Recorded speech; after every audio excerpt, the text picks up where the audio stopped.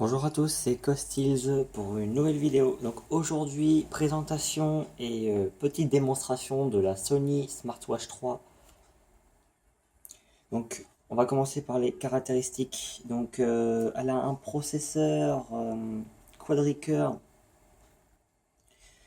ARM A7 à 1,2 GHz, une mémoire, une RAM de 512 mégaoctets, une carte mémoire de 4 gigaoctets. L'écran, c'est un écran donc translectif de 1,6 pouces LCD. Sa résolution est de 320 par 320 pixels. Elle est Bluetooth 4.0 et Wi-Fi ready. Dans les capteurs, nous avons un capteur de lumière, un accéléromètre, une boussole, un gyroscope et un GPS. La batterie est de 420 mAh en lipolymère qui se recharge en 1 heure. La configuration minimum du téléphone, Android 4.3 ou supérieur. La montre utilise l'Android Wear. Elle a un indice de protection IP68, donc c'est-à-dire 6, c'est pour la protection de poussière, la poussière et les particules. Le 8, c'est pour l'eau, donc elle peut être immergée pendant 30 minutes à 1,5 m de profondeur. Dans la boîte de base, donc vous avez la montre, le bracelet qui est interchangeable parce que on peut l'enlever du corps tactile, de la montre.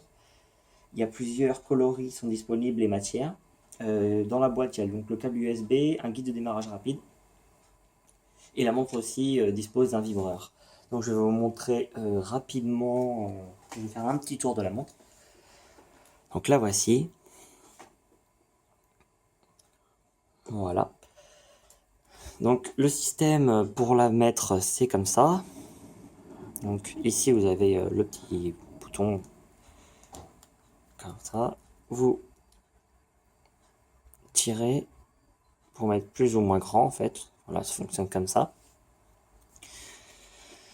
Donc derrière, oui, donc là c'est le petit capuchon où derrière se trouve le port micro USB pour recharger la montre et la connecter à son ordinateur.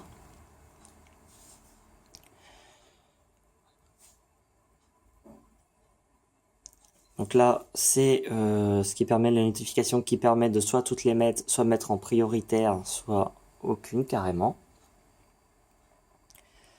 Là, un mode cinéma, les paramètres, donc vite fait le tour des paramètres, vous pouvez régler la luminosité, changer le cadran, donc là vous avez plusieurs cadrans.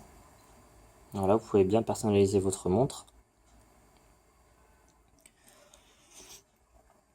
Ensuite, qu'est-ce qu'on peut avoir d'autre? Donc la taille de police, on peut modifier, les paramètres Bluetooth, paramètres Wi-Fi, laisser l'écran ou pas actif en permanence, mouvement du poignet ou pas, le mode avion, localisation, accessibilité, verrouillage de l'écran, rétablissement configuration d'usine, redémarrer ou l'éteindre ou à propos. Ensuite, donc là c'est le classique. Ici c'est pour les contacts, mais là vu qu'elle n'est pas connectée au téléphone, bah, j'ai rien. Mais sinon les contacts s'affichent ici du téléphone.